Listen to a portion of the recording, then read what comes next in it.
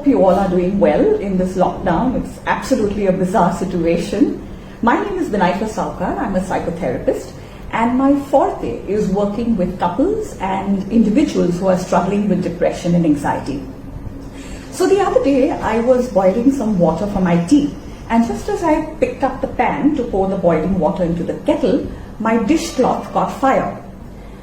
And for a couple of seconds I froze, I didn't know what to do, and then I just rushed from the stove to the sink. And as I rushed, with the wind, the flames just leaped up further. And then I plonked the cloth into the sink, opened the tap, and the fire was doused. And this incident of my kitchen negligence got me thinking about the topic today.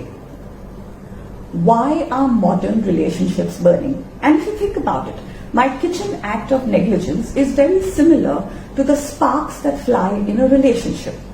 All it takes is a single act of carelessness, of indiscretion, for an argument to flame up.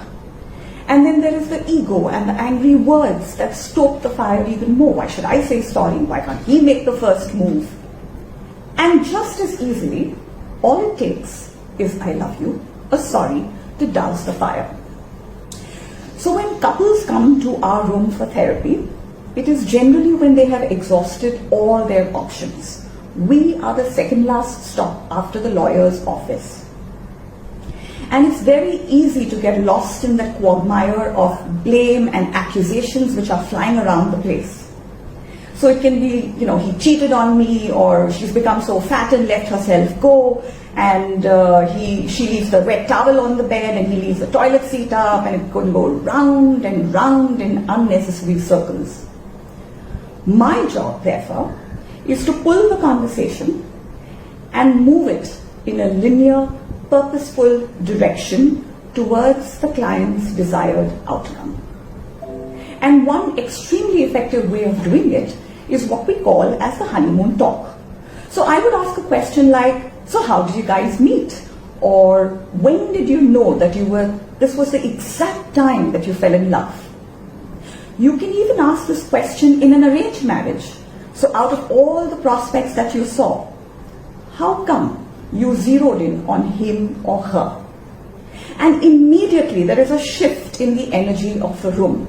And they become more calm, and they smile more, and they become more mellow.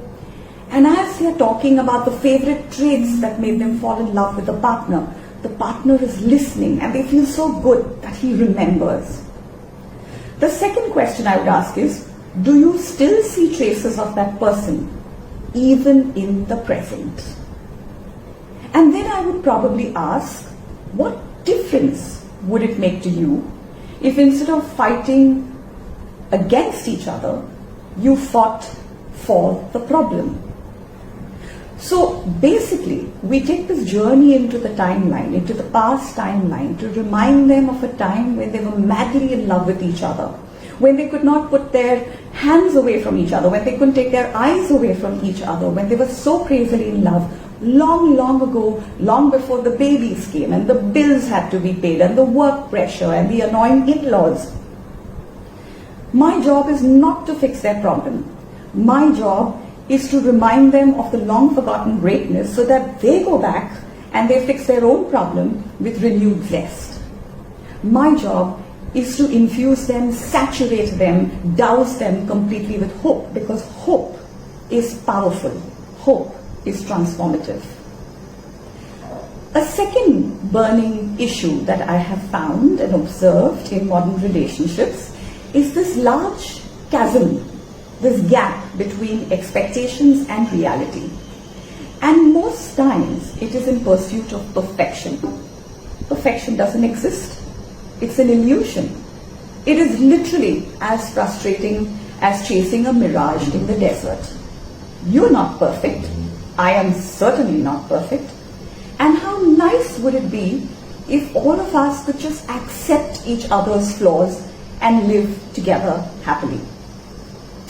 So the other day, I was doing phone counseling, and I had a client who called me up and he said, you know what, I had a terrible fight with my wife the night before. So during the lockdown, I've been doing my very, very best to help her with the housework, and she gave me a list of 10 things to do. and I did 9 out of it. So I made chapatis and I walked the dog and I did the gardening and I did da-da-da-da-da. But the one thing I forgot was to buy milk. And she completely flipped. And she brought in acts of my forgetfulness and negligence from 10 years ago. And she regurgitated the past, and it was awful. And this is what happens in a relationship, that we very often forget the 9 good things that the person has done and just zero in on the one flaw. And finally, the third point that I would like to discuss with you is instant gratification. In this modern world, we want very quick results. There is instant coffee and there is quick 2-minute noodles. And similarly, in a relationship, we want quick results. Any of you who does gardening would have noticed that the dying plant, can be very distressing. So all the leaves are brown and withering, and then you hope against hope and you pick up that plant and you bring it inside, you put it in the shade, and then very lovingly you nurture it and you water it very carefully, you put some fertilizers, and one day you see little tiny green leaves sprouting.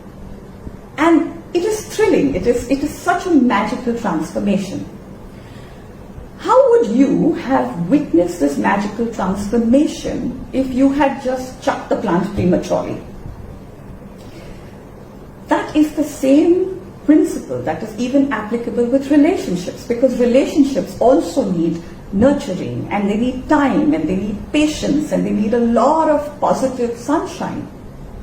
Have you walked into a room of people you know really well? It could be your close friends, it could be your family, and you have walked in just a few seconds after an argument has ensued. Nobody has said a word, but you just pick up that heavy, oppressive vibe in the room. How did you do that? You would not have been able to pick up this nuance if you did not know the people in the room really well. So for you to pick up the unsaid, to pick up the nuances, it literally comes down to investing time. And when two people are completely committed to making the relationship heal, even in the worst of situations, like say infidelity, when things have gone terribly awry, if two people genuinely commit and invest in healing and repairing the relationship will not just survive, but it will survive and thrive. So thank you very, very much for giving me the opportunity to share my thoughts. Stay safe, stay happy. Thank you.